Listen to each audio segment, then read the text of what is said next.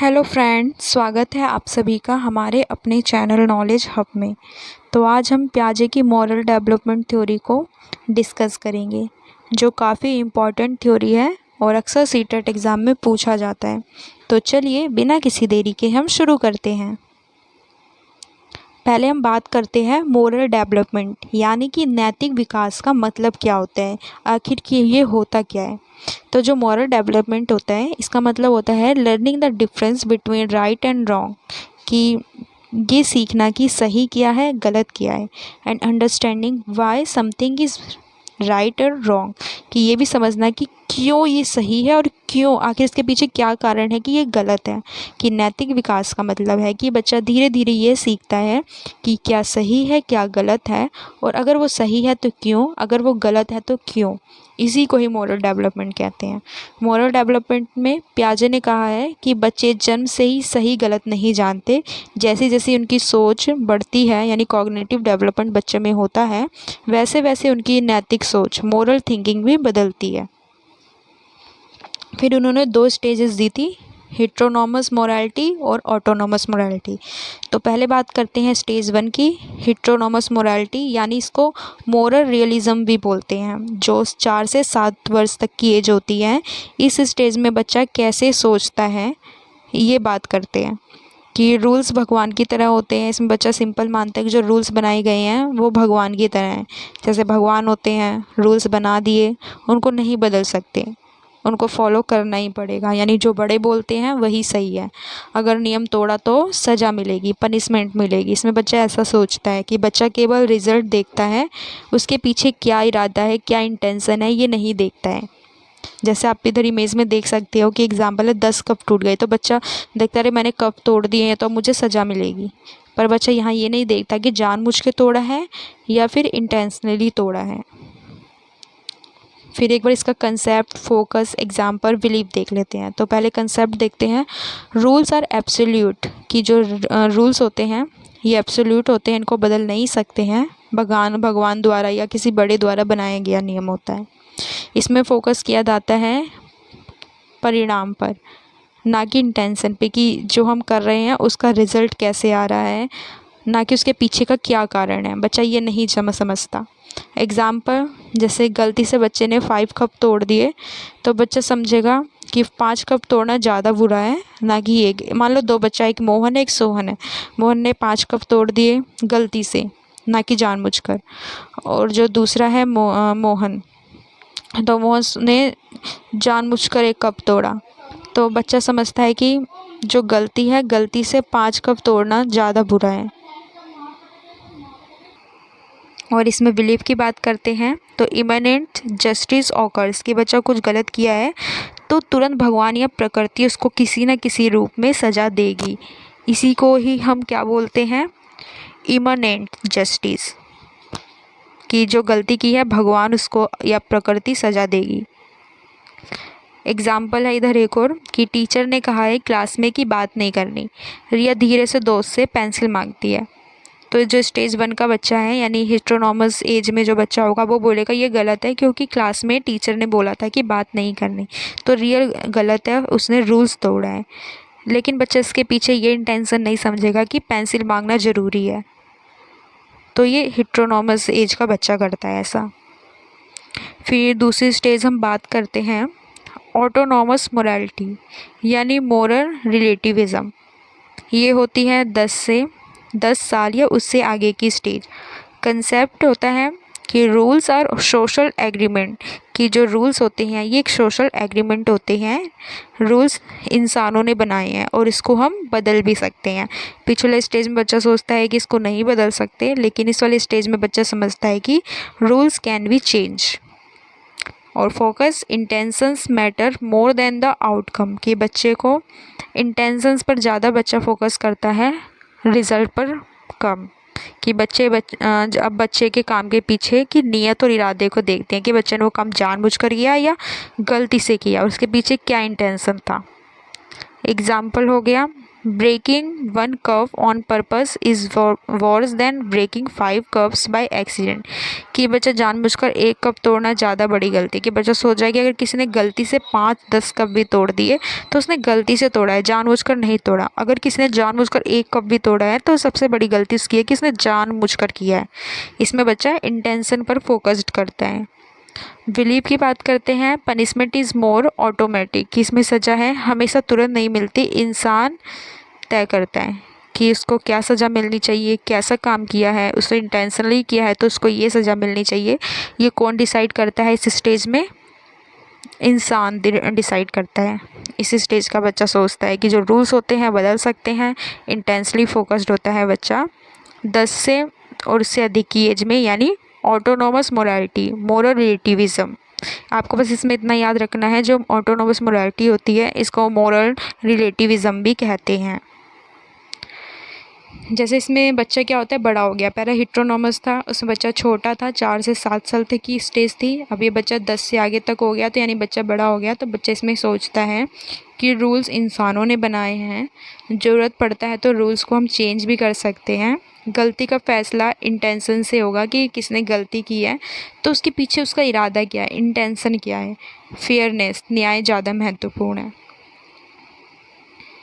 जैसे एग्जाम्पल देख सकते हो कि क्लास में रूल्स हैं कि सभी को क्लास में शूज़ पहन कर आना है, लेकिन ये बच्चे का शूज़ टूट गया है तो टीचर उसे स्लीपर में आने देती है। तो इसी जगह स्टेज 1 का बच्चा सोचेगा कि टीचर ने रूल्स फॉलो करने को कहा, इस बच्चे ने नहीं किया है, चप्पल पहन के आ गया तो इसको सज़ा मिलनी चाहिए। और दूसरी तरफ देखें तो स्टेज 2 का जो बच्चा होगा वो समझेगा कि हाँ टीचर ने सही किया है कि बच्चे के पास पैसे नहीं है, शूज़ नहीं खरीद पा रहा और उसका शूज़ अचानक से टूट गया है तो वो कैसे ख़रीद के लाएगा इतनी जल्दी। तो बच्चा सिचुएशन के हिसाब से समझता है कि टीचर ने सही किया। ये स्टेज 2 का बच्चा है, तो ये ऑटोनोमस स्टेज है। एक आसान ट्रिक बताती हूँ जो आपको याद रहेगा कि स्टेज 1 होती है 4 से 7। इसमें बच्चा देखता है कि कितना नुकसान हुआ है। 10 कप टूटे, एक ने 10 कप तोड़े, एक ने 5 तोड़े। तो बच्चा सोचेगा कि 10 कप वाले ने ज़्यादा बड़ी गलती की है। कि नुकसान कितना हुआ ये समझ सकते हो, कितना नुकसान हुआ। तो स्टेज 1, अगर नुकसान होने के पीछे का कारण क्या था, बच्चा सोचता है कि इरादा क्या था, इंटेंशन क्या था, गलती से तोड़ा या जानबूझकर तोड़ा। तो ये स्टेज 2 है ऑटोनॉमस स्टेज। स्टेज 1 है हिट्रोनॉमस, स्टेज 2 है ऑटोनॉमस। फिर एक बार हम लोग ओवरऑल डिस्कस कर लेते हैं अभी तक हमने क्या डिस्कस किया। कि जो जीन पियाजे हैं उन्होंने 2 स्टेजेस बताई हैं मोरल डेवलपमेंट की। पहली है हिट्रोनॉमस मोरालिटी, सेकंड है ऑटोनॉमस मोरालिटी। कि जो हिट्रोनॉमस मोरालिटी होती है इसको हम मोरल रियलिज्म भी बोलते हैं। हिंदी में बोले तो परतंत्र नैतिकता और नैतिक यथार्थवाद। कि जैसा सामने है किसी ने बना के दिया, बच्चे ने वैसा समझ लिया। कि इसमें नियम जो होते हैं स्थायी होते हैं, अपरिवर्तन होते हैं। इस एज में बच्चा सोचता है, यानी 4 से 7 वर्ष तक के बीच में जो बच्चा होता है सोचता है कि जो नियम बनाए गए हैं वो हमेशा है, फिक्स्ड है, इनको चेंज नहीं कर सकते हैं। जो नियम होता है वो भगवान या बड़े लोग बनाते हैं और बच्चों को उनको फॉलो करना चाहिए। ये हिट्रोनॉमस मोरालिटी की बात है कि बच्चा इसमें कॉन्सिक्वेंस यानी परिणाम, आउटकम पर देखता है, उसके पीछे कोई भी इंटेंशन नहीं समझता है। गलती का परिणाम देखकर ही बताता है कि इसको ये सज़ा मिलनी चाहिए या फिर जो सज़ा है बड़े द्वारा देनी चाहिए। गलती करना है तो बुरा है और बुरी है तो सज़ा मिलेगी। बच्चे को चाहे किसी की गलती के पीछे कोई और ही इंटेंशन क्यों ना हो, पॉजिटिव इंटेंशन ही क्यों ना हो, बच्चा मानता है गलती की तो उसको सज़ा ही मिलनी चाहिए। जैसे इधर एग्जांपल दिया है, राहुल गलती से 10 कप तोड़ देता है और मोहन ने गुस्से में 1 कप तोड़ दिया। तो बच्चा यहाँ पर बोलेगा कि 10 कप तोड़े हैं राहुल ने गलती से तो उसको सज़ा मिलनी चाहिए क्योंकि उसने 10 कप तोड़े हैं, और मोहन ने 1 कप तोड़ा है तो उसको सज़ा नहीं मिलनी चाहिए। सबसे ज़्यादा सज़ा किसको मिलनी चाहिए? राहुल को। तो इसमें बच्चा ऐसा सोचता है। अगर हम इसी की बात करें ऑटोनॉमस मोरालिटी में, बच्चा जो 10 से ऊपर तक की एज में आ जाता है तो इसमें बच्चा समझता है कि किसने गलती के पीछे क्या कारण था, उसका इंटेंशन क्या था। तो इसमें बच्चा सोचेगा राहुल ने गलती से 10 कप तोड़े हैं गलती से, तो इसको सज़ा नहीं मिलनी चाहिए बल्कि उसको मिलनी चाहिए जिसने जानबूझकर तोड़े हैं। इसका इंटेंशन क्या है? जानबूझकर तोड़ना।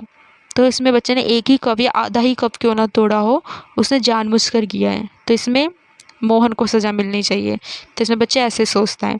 और ऑटोनॉमस स्टेज में बच्चा होता है, उसमें नियम बदल सकते हैं परिस्थितियों के अनुसार, और जो नियम हैं सभी मिलकर बनाते हैं, सभी की सहमति से बनते हैं चलते हैं। बच्चे के कार्य का इरादा पर ध्यान दिया जाता है कि कोई भी कार्य कर रहे हैं उसके पीछे इंटेंशन क्या है। Judgement is based on the intention not on the result, की जो गलती का निर्णय होता है वो इंटेंशन को देखकर करता है बच्चा, ना कि इसमें जजमेंट यानी उसके पीछे का क्या रिजल्ट है उस पर ध्यान देता है।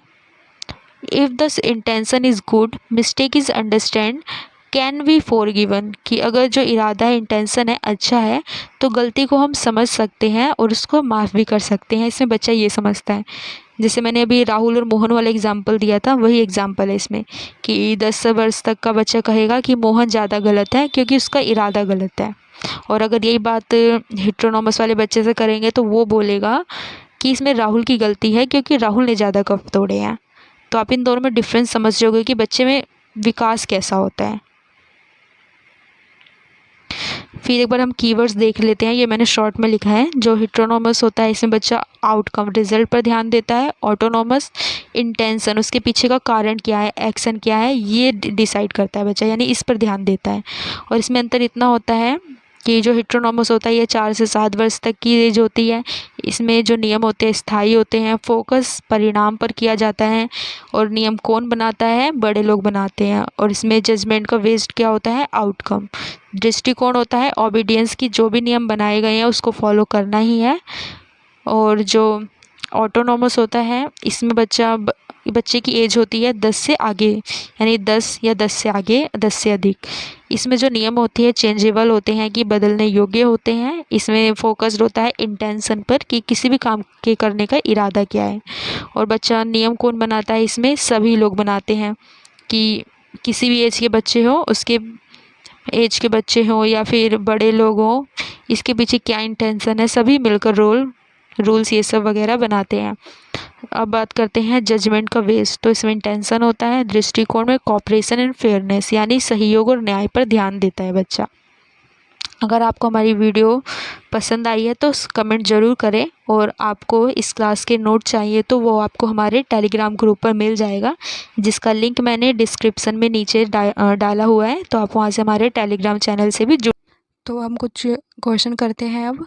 फर्स्ट क्वेश्चन है, a child says rule should be followed because elders made them, this statement represent, कि एक बच्चा है वो कहता है कि जो रूल्स है उसका पालन इसलिए करना चाहिए क्योंकि वो बड़ों ने बनाया है। तो ये किसका एग्जाम्पल है?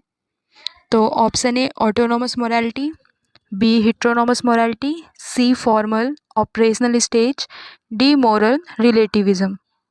तो इसमें बात कर रहा है कि जो बच्चा है उसको नियम का पालन इसीलिए करना चाहिए क्योंकि जो नियम है वो बड़ों ने बनाया है। अगर बच्चा फॉलो नहीं करेगा तो उसको पनिशमेंट भी मिल सकती है। तो इसका राइट आंसर होगा बी हिट्रोनॉमस मोरालिटी। फिर है second question, which classroom environment best promotes autonomous morality, कि जो ऑप्शन है इसमें से ऐसा कौन सा वातावरण है जो क्लास में प्रमोट करता है ऑटोनॉमस मोरालिटी को? तो ऑप्शन ए है fear based classroom, B punishment based classroom, C cooperative and democrative classroom, D silent classroom. तो क्लास में हमेशा कोऑपरेटिव और डेमोक्रेटिव क्लास होनी चाहिए, कि बच्चा कोऑपरेटिव एक दूसरे से रहे, सहयोग करे और खुलकर अपनी बात भी रख सके। तो इसका राइट आंसर सी होगा, cooperative and democratic classroom. Third question, a teacher asks students to explain the reason behind their behavior before giving punishment, this reflect, कि जो टीचर है बच्चों को पनिशमेंट देने से पहले स्टूडेंट से उनके व्यवहार का कारण पूछता है कि उसने ऐसा क्यों किया। कुछ बच्चे ने गलत किया तो उसके पीछे का कुछ कारण होगा, तो टीचर वही पूछता है। तो ये किसका एग्जाम्पल है? Option A heteronomous morality, B autonomous morality, C classical conditioning, D trial and error. तो इसका राइट आंसर बी है ऑटोनॉमस मोरालिटी।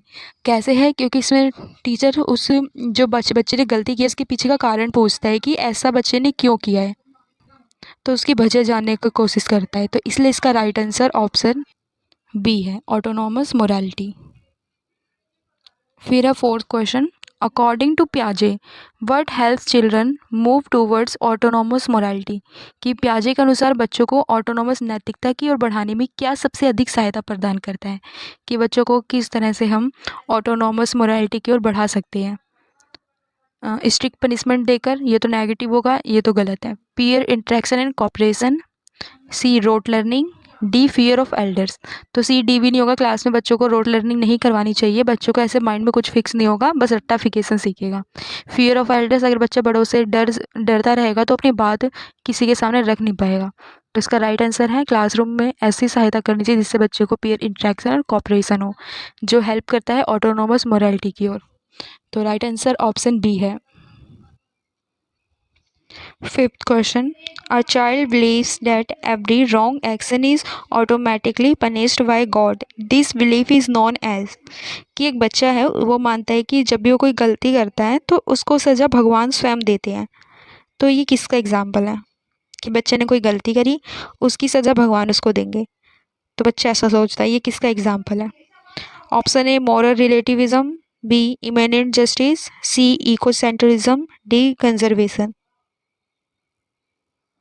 तो इसमें जो बच्चा है मान रहा है कि भगवान उसको सज़ा देंगे, तो ये बच्चा इमिनेंट कर रहा है, इमिनेंट जस्टिस इसका आंसर होगा। राइट आंसर बी है, imminent justice.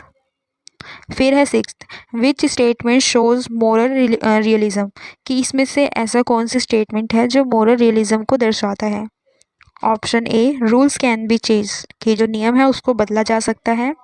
B intention is important, कि बच्चा का जो इरादा है यानी इंटेंशन बच्चे का इम्पॉर्टेंट है। Rules must away always be obeyed, कि जो रूल्स है उसको हमेशा ओवे करना चाहिए। डी है rules depend on the situation, जो रूल्स है परिस्थिति पर डिपेंड होती है।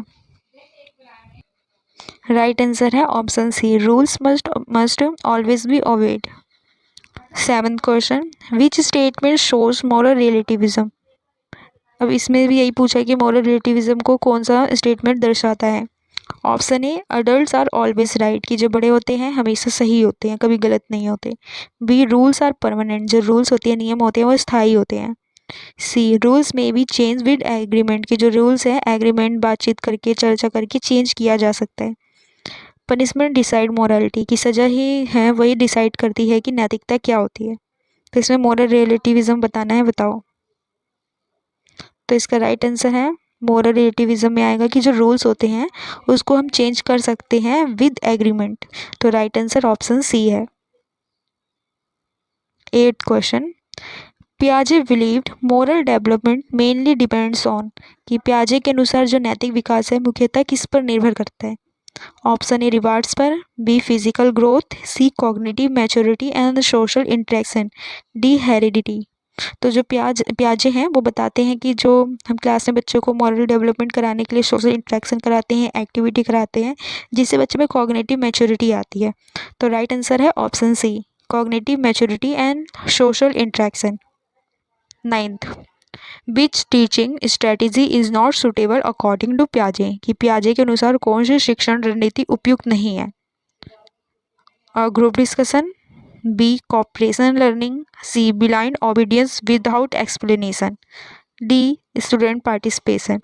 तो इसका राइट आंसर है C blind obedience without explanation. अगर बच्चे को हम किसी भी पीछे का कारण नहीं बताते कि ऐसा क्यों हुआ है और उसके पीछे का कारण क्या है, तो ये वाली जो रणनीति है ये नेगेटिव है। और पियाजे ने ग्रुप डिस्कशन, कोऑपरेटिव लर्निंग और स्टूडेंट का क्लास में ज़्यादा से ज़्यादा पार्टिसिपेशन की बात की है, इसलिए इसका राइट आंसर सी है, इसमें नहीं पूछा है negative. 10th question, A child says, even if no one sees me, cheating is wrong. This reflects. एक बच्चा कहता है, यदि कोई ना देखे तब भी नकल करना गलत है। ये किस अवस्था को दर्शाता है? कि एक बच्चा है वो कह रहा है कि वो नकल करना गलत है, अगर कोई नहीं भी देख रहा तब भी नकल करना गलत है। तो ये बच्चा कौन से स्टेज में है? Option A heteronomous morality, B autonomous morality, C moral realism, D ecocentrism. तो बच्चा इसमें ऑटोनोमस मोरालिटी में है, B option. 11th question, which quality develops more in autonomous morality, कि ऑटोनोमस मोरालिटी में कौन सी क्वालिटी विकसित होती है। ऑप्शन ए ब्लाइंड ओबीडियंस, कि बच्चों को आगे से जैसे बताया बच्चा वो फॉलो कर रहा है, ब्लाइंडली फॉलो कर रहा है, ये विकसित होता है। या फिर फियर, डर विकसित होता है बच्चे में। सी इंडिपेंडेंट मोरल थिंकिंग, ये बच्चा स्वतंत्र पूर्वक अपनी नैतिक पूर्वक थिंकिंग करता है। डी मेमोराइजेशन यानी रटाफिकेशन। तो ए बी डी नेगेटिव है, बच्चे में ब्लाइंड ओबीडियंस नहीं होता, फियर भी नहीं होता, मेमोराइजेशन भी नहीं होता, इसलिए इसका राइट आंसर सी है, इंडिपेंडेंट मोरल थिंकिंग। तो राइट आंसर ऑप्शन सी है। 12 क्वेश्चन, अकॉर्डिंग टू प्याजे punishment in heteronomous morality is considered, कि प्याजे के अनुसार जो हिट्रोनोमस नैतिकता होती है उसमें दंड को कैसा माना जाता है, कि सिंपल हेट्रोनोमस नैतिकता में दंड को कैसे देखा जाता है। इसको एक ऑप्शनल के रूप में देखते हैं, या फिर फिक्स्ड एंड नेसेसरी के रूप में, कि बच्चों को स्थायी रूप से ज़रूरी ही है दंड देना ऐसे, या फिर हार्मफुल के रूप से, या फिर अनइम्पॉर्टेंट। तो बताओ कैसे देखते हैं। तो इसमें हिट्रोनोमस की बात किया है, तो इतना ध्यान देना, कई बच्चे इसको सी डी समझ लेंगे, लेकिन नहीं है। इसमें आप ये देखो हिट्रोनोमस मॉरलिटी की बात कर रहा है, अगर ऑटोनोमस होता तो इसका आंसर ये होता, लेकिन हिट्रोनोमस की बात कर रहे हैं। इसमें हिट्रोनोमस में बच्चा ऐसा सोचता है कि जो सज़ा है वो उनको मिलेगी अगर वो कोई गलत काम कर रहे हैं, तो इसमें सज़ा को फिक्स्ड एंड नेसेसरी के रूप में देखा जाता है। तो राइट आंसर ऑप्शन बी है। 13 question, a teacher changes a classroom rule after discussing it with student, this develops, कि ये क्लास में टीचर है वो क्लास में बच्चों से चर्चा करने के लिए कुछ नियम बनाती है, यानी बच्चों से आपस में चर्चा करती है, फिर क्लास का कुछ नियम चेंज करती है, न्यू नियम बनाती है। तो इससे बच्चे में क्या विकसित हो रहा है। Option A heteronomous morality, B autonomous morality, C ecocentrism, D blind obedience. तो बच्चे इसके साथ मिलकर कुछ नियम चेंज कर रही है और कुछ ऐड ऑन कर रही है, अपडेट कर रही है, तो इसमें होगा ऑटोनोमस मोरालिटी। तो बी आंसर राइट है, क्योंकि इसमें बच्चा आपस में चर्चा कर रहे हैं, देन टीचर भी इसमें इन्वॉल्व है और कुछ नियम को ला रही है। तो राइट आंसर ऑप्शन बी है, ऑटोनोमस मोरालिटी। फिर है 14 question, which of the following is not a characteristics of autonomous morality, कि निम्न में से कौन सी ऑटोनोमस नैतिकता की विशेषता नहीं है। Option A fairness, B mutual respect, C fixed rules, D intention based judgement.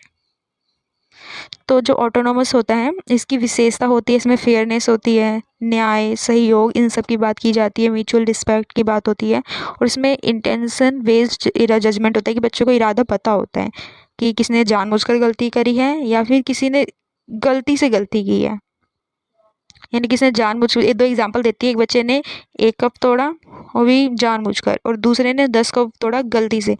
तो अगर बच्चा हिट्रोनोमस एज में है तो वो बोलेगा कि जिसने ज़्यादा कप तोड़े हैं, 10 कप तोड़े हैं, उसकी गलती है।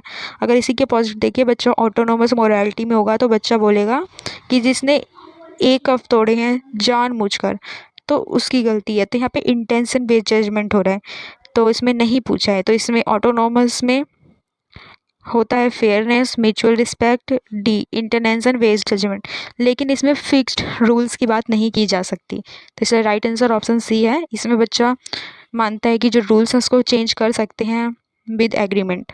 तो राइट आंसर ऑप्शन बी है, सॉरी ऑप्शन सी है, फिक्स्ड रूल्स। फिर है 15 question, Piaget's moral development theory explains that childrens gradually move from, कि पियाजे की जो नैतिक विकास सिद्धांत है इसके अनुसार बच्चा धीरे धीरे किस ओर से किस ओर की तरफ बढ़ता है, यानी धीरे धीरे किस ओर बढ़ता है। ऑप्शन ए है इंटेंशन से कॉन्सिक्वेंस की ओर बढ़ता है, या फिर ऑप्शन बी कॉन्सिक्वेंस से इंटेंशन की ओर बढ़ता है, सी कॉपरेशन से फियर की ओर बढ़ता है, डी रीजनिंग से ब्लाइंड ओबीडियंस की ओर बढ़ता है। तो इसमें बच्चा बढ़ता है, पहले बच्चे में कॉपरेशन ये सब डेवलप होता है, फिर बच्चे में कॉन्सिक्वेंस आती है, फिर कॉन्सिक्वेंस में इंटेंशन, यानी इसमें 2 स्टेजेस होती है, एक होती है हिट्रोनोमस, दूसरी होती है ऑटोनोमस। हिट्रोनोमस में बच्चा कॉन्सिक्वेंस पर, निरंतरता पर, और उसमें बच्चे में क्या गलती करी है इस पर बात करता है कि कितना नुकसान हुआ है कॉन्सिक्वेंस में। लेकिन इंटेंशन में बच्चा देखता है कि किसका क्या इरादा था, किस पर्पस से उसने उस काम को तो किया, या उसके पीछे का क्या पर्पस था, तो इसमें देखता है। तो बस इसमें बात करते हैं कि जो हिट्रोनोमस से ऑटोनोमस तक जाता है। तो ऑप्शन बी राइट आंसर है, क्योंकि कॉन्सिक्वेंस से इंटेंशन की ओर जा रहा है बच्चा। तो राइट आंसर ऑप्शन बी है। तो आज के लिए बस 15 क्वेश्चन थे। अगर आपको हमारी वीडियो हेल्पफुल लगी है तो लाइक शेयर और सब्सक्राइब ज़रूर करें। मिलते हैं नेक्स्ट वीडियो में, तब तक